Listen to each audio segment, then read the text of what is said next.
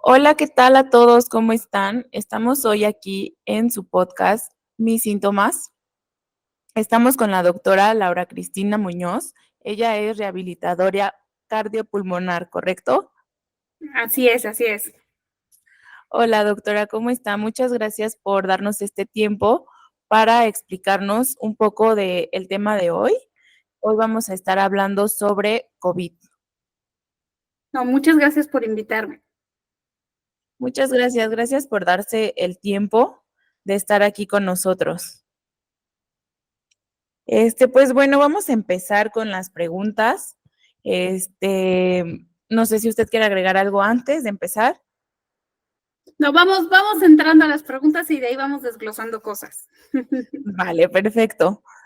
Entonces, pues bueno, empecemos. ¿Nos podría proporcionar una evaluación general de la situación actual del brote en nuestra región?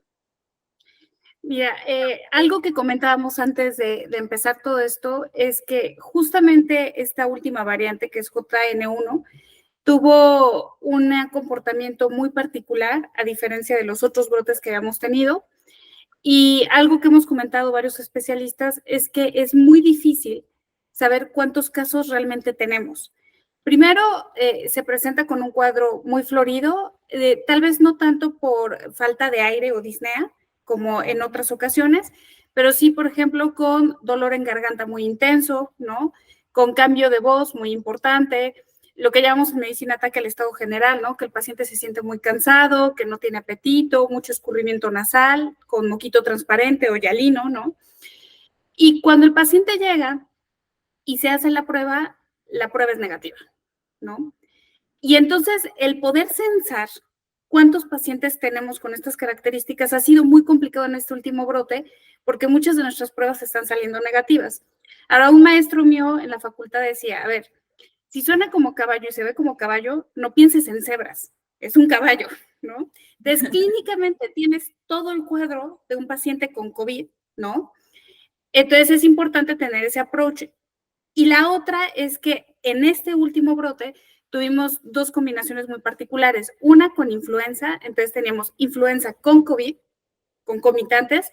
Entonces, las pruebas que de repente sí nos pueden salir positivas eran para influenza, pero de repente a todos nos pasó, ¿no? Pacientes con cuadros muy característicos, hacíamos prueba de influenza, de rinovirus y de COVID y negativas todas, ¿no? Entonces, ¿qué tiene? Y la otra combinada con bacterias. Normalmente la bacteria se agrega a una infección viral después de un tiempo de la infección viral pura, ¿no? Y ahí a muchos especialistas también entramos como en esta discusión de cuándo agregar el antibiótico o no. No es el antibiótico de cajón de primera instancia, pero sabes que si el cuadro no resuelve rápido, o en estos pacientes que vamos a hablar hoy con EPOC o con asma, que tienen cuadros muy particulares, ¿en qué momento hacemos este acercamiento? Entonces sería muy difícil el decirte cuántos casos tenemos ahorita, porque no hay un censo de eso. Sí sabemos que se han requerido muchas menos hospitalizaciones que en otras ocasiones. No quiere decir que no haya habido hospitalizaciones, pero ha habido muchos menos casos. Y lo que sí, un brote que ha sido muy particular en esta ocasión es en niños. Ya nos había pasado con un brote anterior, ¿no? Pero ahorita muchos niños con este tipo de cuadro y con una evolución muy tórpida, ¿no? O sea, casi se curan, dicho como por las mamás, ¿no? Casi está bien, pero no se le quita ni la tos ni el moco. Y el niño se avienta un mes con tos y moco, ¿no? Y con recaídas constantes. Entonces, eso fue un cambio en esta variante que tuvimos. En algún momento se habló a diferentes niveles, tanto de salud pública como privada, el de si había el riesgo de que hubiera un cierre o no de actividades por el volumen de casos que estábamos teniendo. Algo que me parece a consideración de las autoridades es que no eran casos graves, sí, tal vez muchos, pero no graves. Entonces, creo que eso fue lo que nos ayudó a frenar un poco esta situación. Claro, y por ejemplo, en el caso de los pacientes que hablábamos con asma y EPOC, ¿eran los mismos, o sea, los síntomas iguales o eran un poco más graves o cómo estaban ahí en ese asunto? Mira, aquí y se han hecho muchísimos estudios, ¿no? Porque cuando toda la pandemia empezó en 2020, si había población que nos preocupaba eran pacientes con asma y con EPOC. Eran poblaciones que a todos nos tenían súper preocupados y fue muy sorprendente el comportamiento en la pandemia porque en realidad no tuvimos tantísimos casos de ellos, ¿no? Tuvimos más bien más complicaciones, por ejemplo, decíamos, pacientes geriátricos o adultos mayores con EPOC y con asma, pensábamos que iba a ir muy mal. Y de repente nos sorprendió que le había ido muy mal a gente entre 30 y 40 años, ¿no? Sin problemas pulmonares previos o que los conociéramos, y más bien por otras características era el mal pronóstico. Ahora, hablando directamente de asma y de POC, a veces los hablamos como algo de hermanos, ¿no? Patologías hermanas, aunque en realidad se comportan muy distintas. Las manejamos de manera muy coloquial porque son las más frecuentes a nivel pulmonar, o sea, son patologías crónicas y que son el mayor volumen, ¿no? Sabemos que en México el porcentaje de asma en hombres está entre el 3%, en mujeres del 6.5% y de EPOC el 9.5%. Cuando tú dices es un porcentaje que parece pequeño en comparación de diabetes e hipertensión, pero cuando hablas de los millones de población que somos, bueno, pues ya repercute de una manera interesante. Entonces, creo que es importante como caracterizarte cosas que nos cambiaron totalmente el pronóstico en COVID con estas dos patologías. Una, asma es una patología de característica más inmunológica o alérgica, ¿no? Y si bien pensábamos que nos podía ir peor con esta población, algo que fue muy sorprendente es que les iba mejor. Empezó a haber muchas teorías de por qué les iba mejor o había menos casos. Algo que sí notamos en nuestros pacientes es que eran pacientes más conscientes de su cuidado pulmonar y que tenían más cuidados, que aparte estaban con tratamientos de base, muchos de ellos ya con inmunomoduladores, ¿no? O Montelukast, que tiene un efecto a nivel de leucotrenos, ¿no? Que hablan de células de inflamación. Entonces, aparentemente eso nos protegió. Sin embargo, en los últimos estudios se ha visto que en asma hay dos situaciones que son muy características. Una, y para los pacientes que lo conozcan, tenemos células que nos defienden, y unas de ellas son los TH2 y los eosinófilos. Los eosinófilos, muchos de los pacientes con asma, los que les hacemos estudios constantemente, van a ver que vienen en la biometría hemática y que normalmente ellos tienden a tenerlos elevados, ¿no? ¿Qué pasa con ellos? Aparentemente, estos dos tipos de sistema de defensa eran protectores para COVID y para la evolución de COVID. Porque al generar la inflamación característica en COVID, aparentemente había como mayor limpieza del virus, mayor desecho del virus, ¿no? Y una situación muy distinta pasaba con EPOC. EPOC originalmente no se vio que fueran más casos que el resto de la población de la misma edad, ¿no? Sabemos que el EPOC, el mayor riesgo es arriba de los 40 años, entonces aparentemente se comportaban muy parecido toda la población arriba de 40 años con o sin EPOC. Había otros padecimientos que generaban peor pronóstico, ¿no? Pero a lo largo del tiempo, lo que sí vimos es que si tal vez no se infectaban más, sí se complicaban más y el long COVID o COVID largo duraba mucho más tiempo. Y dentro de las complicaciones que más empezamos a ver en los pacientes con EPOC como patología de base y coinfectados con COVID, eran complicaciones a nivel cardiovascular, sobre todo al primer año. O sea, compromisos cardíacos, ya fuera porque el EPOC por sí mismo se deterioraba por la infección. Los pacientes con EPOC saben que el problema de una infección es que deteriora su situación de COVID, de EPOC, ¿no? Entonces, había un deterioro y al haber un deterioro hay algo que se llama cor pulmonare. ¿Qué quiere decir cor pulmonare? Que el corazón se afecta porque el pulmón está enfermo. Y entonces esto aumentaba, ¿no? Y la otra es que el COVID tiene afinidad por ciertas situaciones del sistema cardiovascular y entonces genera, por ejemplo, miocarditis, que es inflamación del músculo del corazón. Y esto también deterioraba la progresión del paciente con EPOC.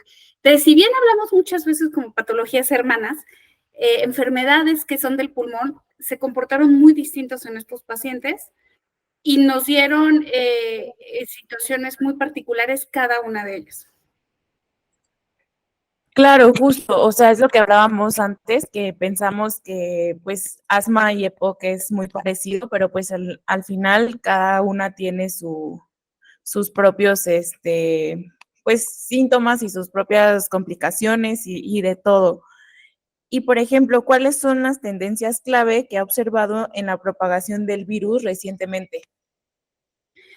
Mira, algo que es clave, el desuso del cubrebocas. O sea, eso nos cambió todo el índice de todo. Yo les digo, a ver, en cualquier otra infección, mientras usamos cubrebocas y un montón de gel, o sea, yo te traigo mi llavero con el gelecito en las llaves, ¿no? Antes Sí, teníamos gel yo en todos también. lados, mi cubrebocas y el Lysol, ¿no? Ya dije marcas, perdón. Bueno, desinfectando todo, ¿no? Todos nos enfermamos menos de todo. Menos cuadros gripales, menos cuadros diarreicos, en general, de cualquier otra infección disminuyó la tasa. Empezamos a dejar de usar cubrebocas, los pacientes que acuden sobre todo a hospitales públicos y muchos de los hospitales privados, sobre todo de tercer nivel, que eso es atención de alta especialidad, ven que sigue siendo riguroso el uso de cubrebocas, pero para muchos otros lugares se dejó de utilizar, entre ellos el trabajo en las escuelas y el transporte público. Entonces yo creo que eso ha sido clave en que tengamos como este boom otra vez de infección, ¿no?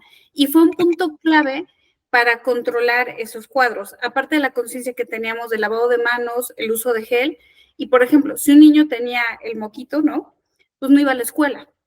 Y ahorita regresamos a las viejas prácticas. Yo les digo, ¿no? A mis pacientes, yo me acuerdo cuando yo iba en la primaria, yo iba así, bien enferma, eso que huele esa infección, ¿no? Y traes el moquito burbujeante y así te mandaba tu mamá, ¿no?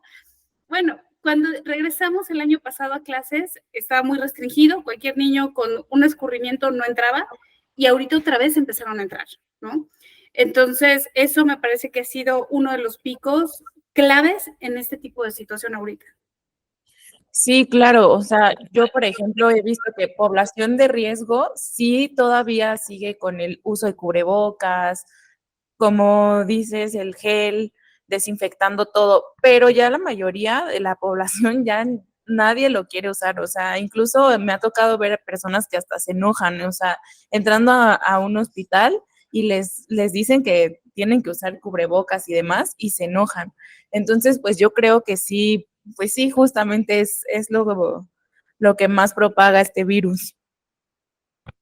¿Y cómo afectan las variantes emergentes a la propagación y la gravedad del virus? Porque hablábamos que justo esta nueva cepa que entró es más contagiosa que las anteriores. Como decías, menos grave, pero sí más contagiosa.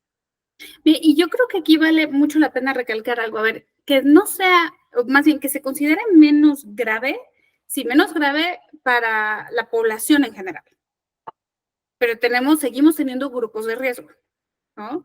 Hay pacientes que después de COVID quedaron con fibrosis pulmonar importante, entonces son pulmones que van a tener complicaciones mucho más fácil que otras. Entonces, el que ahorita esta variante no sea tan grave, ¿no? Como fue, por ejemplo, los primeros brotes que hubo en la pandemia, no quiere decir que no pueda haber gravedad en los pacientes. Yo les hago el símil siempre, por ejemplo, con influenza. A ver, a todo el mundo le da influenza, no es muy frecuente en invierno y bueno, sí, pero sigue habiendo gente que por neumonía por influenza se interna en el hospital y que siguen falleciendo por influenza todos los años, ¿no? O sea, no quiere decir que porque sea menos no vaya a haber un grupo de población al que le vaya a ir mucho peor, ¿no? Entonces creo que es algo que no podemos decir, bueno, pues ya es menos, o sea, sí hay menos hospitalizaciones, gracias a Dios, ¿no? Pero no quiere decir que no pueda haber ese factor de riesgo en algunos de nuestros pacientes. Lo que sí es que es súper contagioso y algo que yo invitaría como a toda la población a preguntar, a ver, o la variante sí se volvió tan virulenta, o sea, tan contagiosa, o nosotros nos volvimos tan descuidados. Claro.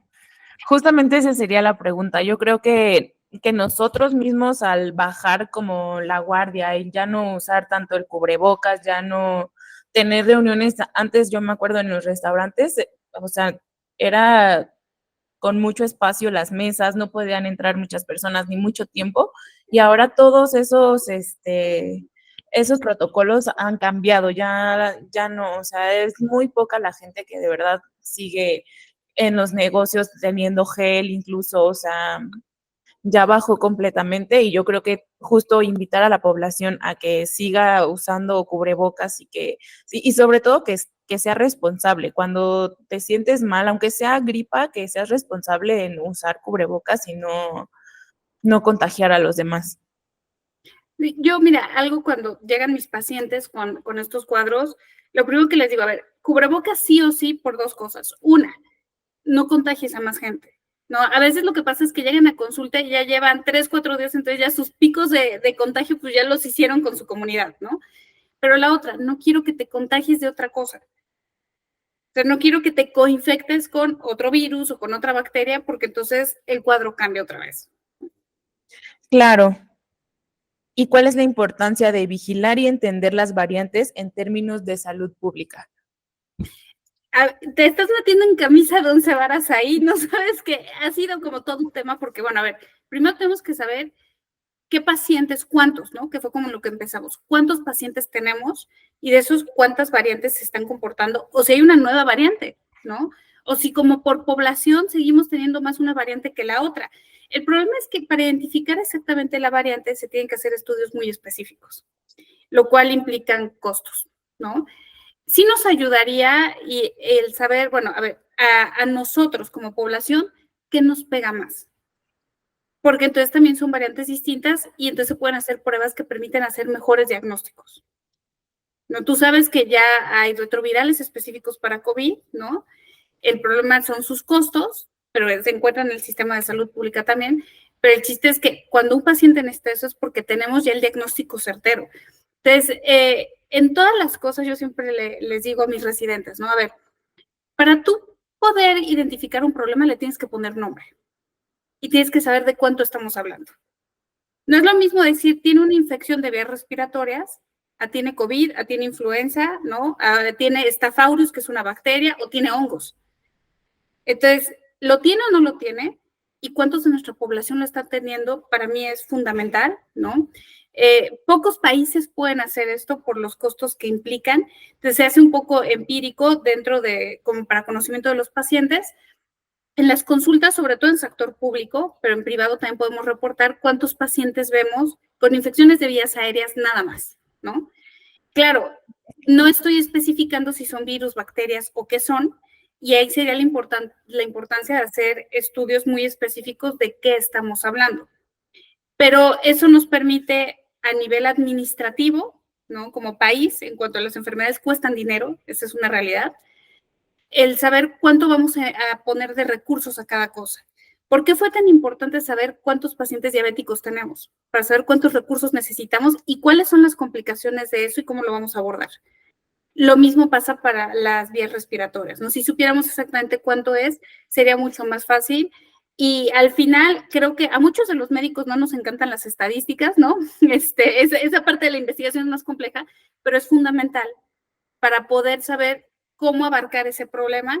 Y lo que siempre invito a todos a ver, siempre es más barato prevenir que tratar. Entonces, creo que muchas de las estrategias que deberíamos estar abarcando ahorita, como tanto salud pública como privada, sería estrategias de prevención otra vez. Ya que no podemos hacer diagnósticos tan certeros, necesitamos prevenir que esto no vuelva a crecer. Estamos siempre, y puede sonar un poco fatalista, ¿no? Estamos siempre así del precipicio de volver a caer en algo así. Yo creo que quien no aprende de su historia está condenada a volverla a repetir. A repetirla, claro. Entonces, si sabemos que es algo que nos puede pasar, ¿no? Y ahorita hemos hablado mucho de la parte pulmonar, ¿no? Pero COVID, yo siempre le digo, tú dime un órgano y yo te digo cómo le afecta. Porque el único órgano que no vimos a corta instancia que afectara fue el hueso. Le afecta después por otras cosas. Pero tuvimos pacientes con complicaciones por riñón, en el corazón, a nivel muscular, muy importante, cuántos pacientes no se les sigue cayendo el cabello, ¿no? Entonces, afecta casi cualquier órgano y sabemos que esa complicación puede volver a aparecer en cualquiera de las variantes que venga después, ¿no? Entonces, creo que si bien es importante saber cuántos pacientes se están infectando y de qué variante, tenemos que apostar todos nuestros recursos a prevenir que no nos vuelva a ocurrir. Claro, y sobre todo, pues, crear conciencia también, justo por eso es este video también, para crear conciencia que tenemos que seguir cuidándonos, porque, pues sí, o sea, a lo mejor ti no te afecta como tal, pero a la persona que está al lado de ti sí, porque ya tiene un diagnóstico antes de asma, EPOC o de cualquier cosa. O sea, vimos que el COVID complicaba muchísimo o aumentaba. O sea, si ya tenías un padecimiento, lo disparaba otra vez los síntomas o algo así. Entonces, pues sí, justo crear esta conciencia es muy importante para que no nos vuelva a pasar. Y también crear la conciencia a lo que vamos ahorita, que es a lo de las vacunas. Mucha gente ya no se sigue vacunando porque, pues ya, o sea, ya se pusieron las 3 dosis y ya. O a lo mejor ahorita ya las venden. Yo he visto que ya las están vendiendo en algunas farmacias, me parece. Y a lo mejor no todos tenemos el recurso, pero sí seguir pues buscando la forma de estar protegidos con las vacunas. Que ¿Cómo está impactando la vacunación en la dinámica del brote, de este brote nuevo? Mira, en realidad de la población que se está vacunando, ahorita yo creo que no estamos llegando ni al 30% de los que se están vacunando ahorita. Primero, costos, ubicación de las vacunas y algo que va a ser muy importante y ojalá se esté llevando esa vigilancia es que estas son vacunas que tienen que estar a ciertas temperaturas. Entonces no es así como que voy, la compro, la traigo en el coche 6 horas y entonces ya llegando me la pongo, ¿no? O entonces son vacunas que tienen características particulares, entonces que es bien importante el que el paciente lo conozca, ¿no? El que las farmacias lo conozcan y el que sí tiene que ser accesible. Creo que a la vacuna que sea, hay pacientes muy particulares en los que por una u otra cosa pueden no ponerse la vacuna por situaciones particulares, ¿ok?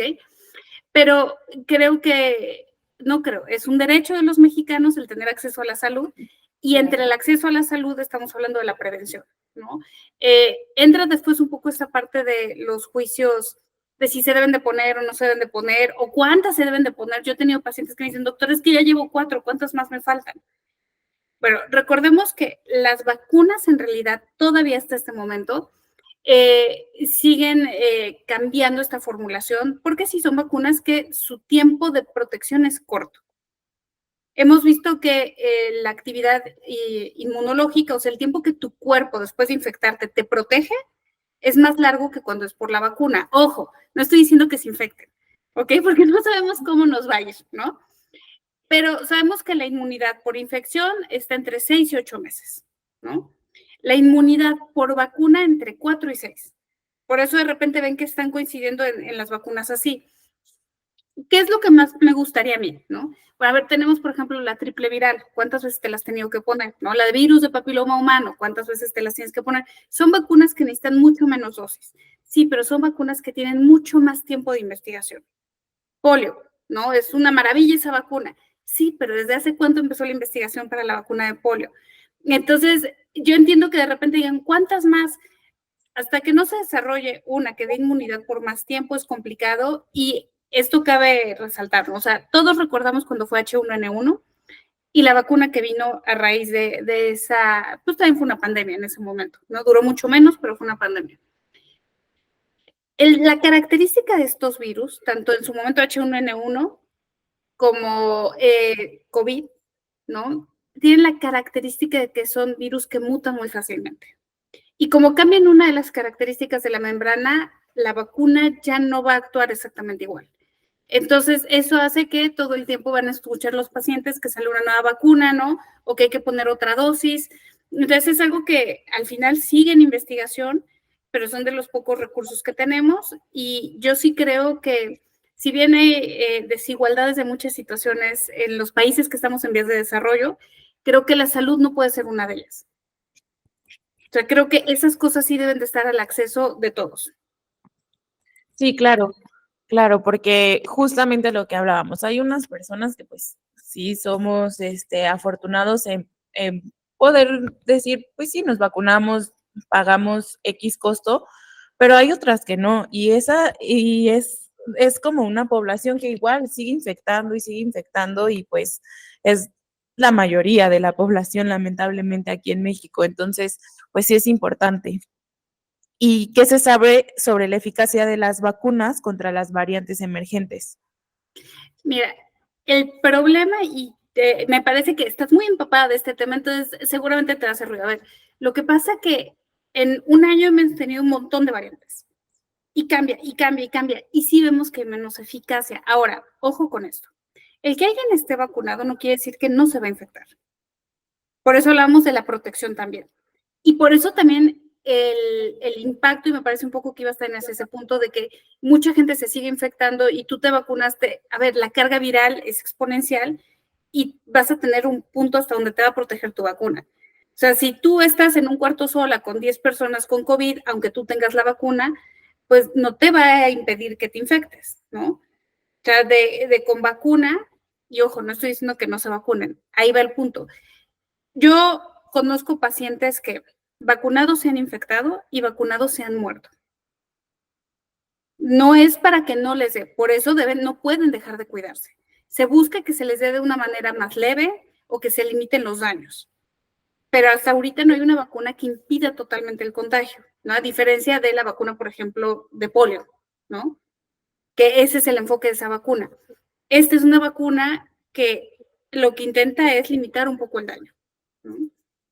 Justo, porque muchas personas, me ha tocado ver personas que están así ya sin cubrebocas y, ay, no importa, porque ya me vacuné, ya puedo andar en donde sea, no pasa nada, y es como, no, o sea, justo haciendo hincapié otra vez, hay muchísimos videos, creo que a partir de la pandemia que surgieron muchos videos y muchos podcasts médicos que justo hacen mucho hincapié en que la vacuna no te exime de que te infectes, solamente es para que te dé menos, para que no la pases tan mal, pero pues aún así te puedes pues justo infectar. Y vamos justo a las medidas de prevención. ¿Cuáles son las medidas de prevención más efectivas para protegerse contra la infección y la propagación del virus?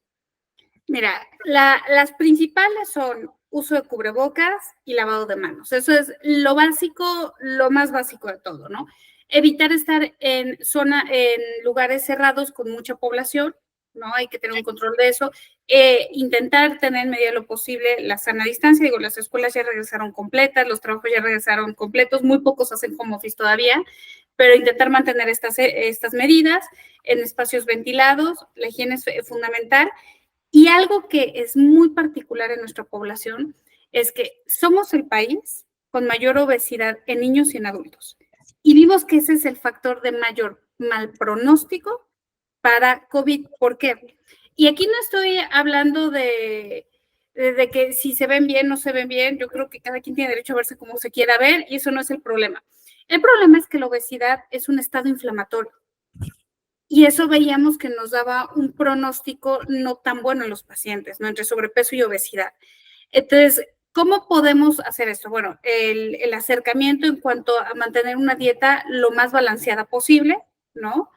Y la actividad física. La actividad física es esencial. Regresando un poco a paciente con EPOC y asma, son fundamentales la actividad física. Diría un maestro, llevando el agua a mi molino, la rehabilitación pulmonar son esenciales en los pacientes con EPOC y asma. Está demostrado, tiene evidencia A, que es la más alta dentro de la salud. No sé por qué no se refieren a los pacientes a rehabilitación pulmonar como debería de ser. Todo paciente con EPOC y asma deberían de ir a rehabilitación sí o sí, porque disminuye los cuadros de deterioro, los cuadros de agudización, los cuadros de infección y disminuye las estancias hospitalarias. Entonces tienen que hacerlo. Pero en general en la población necesitamos actividad física. La actividad física no es solamente para intentar entrar en un índice de masa corporal, ¿no? Adecuado, que es donde nosotros medimos sobrepeso, obesidad o desnutrición, sino que también tiene un efecto muy importante la actividad física hacia el sistema inmunológico y ayude a favorecerlo, ¿ok? Ayuda a tener una mejor salud respiratoria, un mejor movimiento pulmonar y eso ayuda también a expectorar más. Entonces, el ejercicio tiene un montón de efectos a nivel de la salud. Creo que esa es otra de las medidas de prevención fundamentales en toda la población. Sí, claro, justo todos los doctores que he entrevistado, siempre entrevistamos para diferentes padecimientos y siempre hacen hincapié en, por favor, creen la disciplina de hacer ejercicio, o sea, el ejercicio es muy importante para que no, o sea, no es solo para verse bien, como lo dices, es para tener salud, o sea, incluso te sientes mejor, te sientes más ligero y pues también te enfermas menos. Sí, O no, sea, el sí, ejercicio tiene efecto en todo, o sea, sí a nivel del corazón y de los vasos en pacientes hipertensos, mucho se puede disminuir la dosis de medicamento haciendo ejercicio, pacientes diabéticos, sí, un montón de evidencia el efecto del ejercicio en eso, pero pacientes con osteoporosis, que tenemos que tener una población muy alta de osteoporosis, el efecto del ejercicio es fundamental. Entonces, hablando de cuestiones pulmonares, sí o sí es algo de cajón, pero el ejercicio tiene mucho más allá que solo aumentar la frecuencia cardíaca. O sea, actúa a nivel hormonal, a nivel de sustancias del cerebro, o sea, tiene muchos, muchos beneficios. incluso también por salud mental, o sea, hacer ejercicio te cambia la perspectiva de todo. Y también, ¿qué consejos darías a la comunidad en general sobre cómo adaptar las prácticas preventivas a medida de que evoluciona la situación? Y también este consejo quisiera también que fuera para personas que tienen, a lo mejor, que tienen EPOC, que ya tienen el diagnóstico, pero también para las personas que conviven con ellos. Mira, de entrada, en cualquier paciente con una patología de base pulmonar y para la gente que vive con ellos, sí o sí, adiós cigarro. O sea, y hablando de lo que tú quieras, de COVID, de otras infecciones, de sus exacerbaciones, adiós al cigarro. O sea, eso es fundamental. Si queremos parar el daño a nivel de pulmón como tal, eso es algo que tiene que parar. Ustedes saben que también el cocinar con leña es un factor que afecta mucho a nivel de los pulmones, cierto tipo de actividades laborales. Vivir en la Ciudad de México es un factor de riesgo para lo que quieran, ¿no? La altura, la contaminación, todo. ¿Y cómo adaptamos todas estas medidas preventivas? A ver, ya lo platicábamos varias veces y quiero como así las perlas de este tema, ¿no? O sea, sí, el uso de cubrebocas en lugares públicos es algo que yo recomendaría siempre. Había, seguramente muchos lo vieron, un video, ¿no? De una niña española, ¿no? Donde alguien decía eso de que no quería usar el cubrebocas porque era muy incómodo. Y ella decía algo así, bueno, es más incómodo no poder respirar.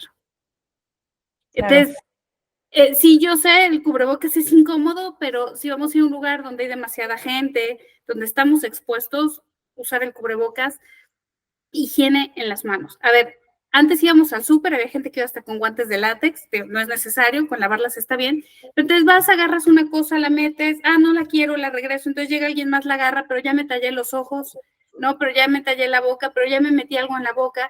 Entonces, higiene de manos, súper importante. Alimentación, plato de buen comer, sí o sí.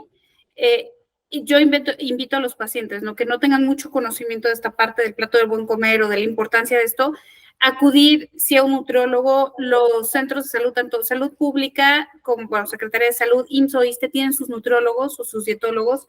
Es importante que acudan a que los asesoren de cómo comer. Ejercicio, actividad física y evitar, sobre todo, lugares que estén demasiado concurridos, evitar eventos masivos, sobre todo cuando tenemos estos picos, ¿no? No voy a decir evento, pero cuando toda esta pandemia empezó y pegó en México, había ocurrido un evento de música en México. Sí, justo. Y había gente que venía de un vuelo de un evento que había habido en otro lugar. Y los casos, los primeros casos, estaban asociados a esos dos eventos en particular. Ya sabemos por dónde va. Entonces, no les estoy diciendo que no vayan, si pueden evitarlo, pues hay que evitarlo, y si no, bueno, cubreboca, gel en manos, ¿no? Y intentar mantener todas las demás medidas así. Muy importante en paciente con EPOC, con asma o cualquier otra enfermedad de base, no suspender sus medicamentos, tener buen apego a los tratamientos, porque a veces corren chismes, ¿no? Por eso me encanta lo que ustedes están haciendo, como de especialistas aterrizando temas, porque luego la vecina dice, o en Facebook dijeron, o en TikTok dijeron, ¿no? A ver, no pueden suspender sus medicamentos ni ajustar ellos solo sus dosis. Para eso tiene cada quien a sus médicos y es muy importante que tengan buen apego al tratamiento de cada una de sus enfermedades. Claro, justamente hay muchísima desinformación, sobre todo ahora en TikTok, ya cualquiera sube lo que sea y la gente se lo cree, o sea, de verdad que ya hay hasta memes que mi fuente de información es TikTok y mi fuente confiable, pero pues realmente no se ponen justo a investigar que sí sea correcta la información que están recibiendo, y por eso justamente estamos abriendo nosotros este espacio para aclarar algunas dudas. O sea, y sobre todo pues crear conciencia otra vez, o sea, como que lo he dicho mucho, pero creo que crear conciencia sobre todo en este virus es muy importante. Justo hablabas de los festivales y yo creo que sí pues obviamente no vas a dejar de ir en algunas ocasiones, ¿no? También pues es parte como de la diversión de la gente, pero sí ser responsable, o sea, si ya tienes que te sientes mal antes, un diagnóstico previo, o sea, pues evitarlo, a lo mejor, como decías en este video de la niña, es incómodo el cubrebocas, pero es más incómodo no poder respirar. Y lo mismo, o sea, hay gente que dice, voy porque solo se vive una vez o lo que sea, pero pues creo que hay más festivales y va a haber más a que te contagies y te vaya muy mal y después ya no puedas ir a ninguno. O sea, creo que hay que poner también como prioridad pues el cuidado de tu vida, de ti mismo y de tu gente también. Y entre cómo colaboran los médicos generales con otros profesionales de la salud, como epidemiólogos y todo, y especialistas en enfermedades infecciosas con este tema. Mira, siempre les digo a los estudiantes de medicina eso. Para mí, quienes deben de ser los más preparados son los médicos generales y los de primer contacto, que son los médicos familiares o médicos integrales, dependiendo de la institución, porque son el primer filtro. ¿Ok? Para que un paciente llegue con los especialistas, si es en institución pública, tarda, esa es la realidad, ¿no? Toma un tiempo en que un pase y el otro pase. En mi área, que es rehabilitación cardiopulmonar, somos alta especialidad, entonces pasan por varios filtros para llegar con nosotros a nivel público. A nivel privado, bueno, el paciente tiene acceso directo, pero tú mismo lo decías, no cualquier paciente va a poder financiar una situación así, ¿no? Entonces, ¿quiénes son los que tienen que estar más capacitados? Médicos generales y médicos de primer contacto. ¿Por qué? Si tú crees que es una rinofaringitis, o sea, una gripe normal, ¿no? Ok, das el primer cuidado, pero empiezas a sospechar en COVID, tienes que ser muy responsable con el tratamiento que estás dando. A mí que me ha tocado ver pacientes que llegan complicados porque alguien dio como recetas de cocina, ceftriaxona con dexametasona para todos, ¿no? Uno debe ser responsable con lo que está mandando de medicamentos. Es importante el capacitar al médico general porque va a ser nuestro primer contacto con el paciente para todos los demás. Un paciente bien tratado de inicio por el primer contacto hace mucho mejor evolución al paciente y también facilita el trabajo de todos los que estamos ya de especialistas, ¿no? Entonces tienen que ser los más capacitados, los que hay que favorecer esa situación, ¿no? De que tengan esta educación continua, ¿no? De las nuevas patologías. Creo que en eso tu canal también sirve para eso, ¿no? Que escuchen también, pues, la perspectiva que tenemos los especialistas de cómo lo vemos y que sensibilicemos estas otras cosas para ellos. Claro, y como decías, o sea, aunque tengan la solvencia económica, si tu médico general no te orienta y te dice que existe tal especialidad, aunque puedas pagarlo, pues no vas a llegar con él porque no tienes la información correcta. A veces como pacientes no tenemos ese acceso pues a toda la información que tienen ustedes como médicos. Y regresándonos un poquito a la otra, al otro tema de los festivales y todas las actividades, ¿cómo se determina el equilibrio adecuado entre permitir actividades sociales y mantener restricciones para controlar la propagación del virus? Mira, este es todo un tema, no sé si recuerdas bueno, hubo varias fronteras cerradas un buen rato, ¿no? En Europa, si no había vacuna, no entrabas. Estados Unidos, 3/4 de lo mismo. Al final se tuvo que empezar a abrir, ¿no? Aquí entramos en dos situaciones muy particulares. Una es el dinero, ¿no? O sea, al final los eventos son derrame económico para todos, ¿no? O sea, para el país, para la gente que vive de eso, es más para los bienes. O sea, se necesita mover el dinero, ¿no? O sea, fue algo que pegó, la pandemia fue un momento muy crítico, ¿no? En donde hubo muchos problemas económicos en muchos países, más lo que generó la pandemia también, ¿no?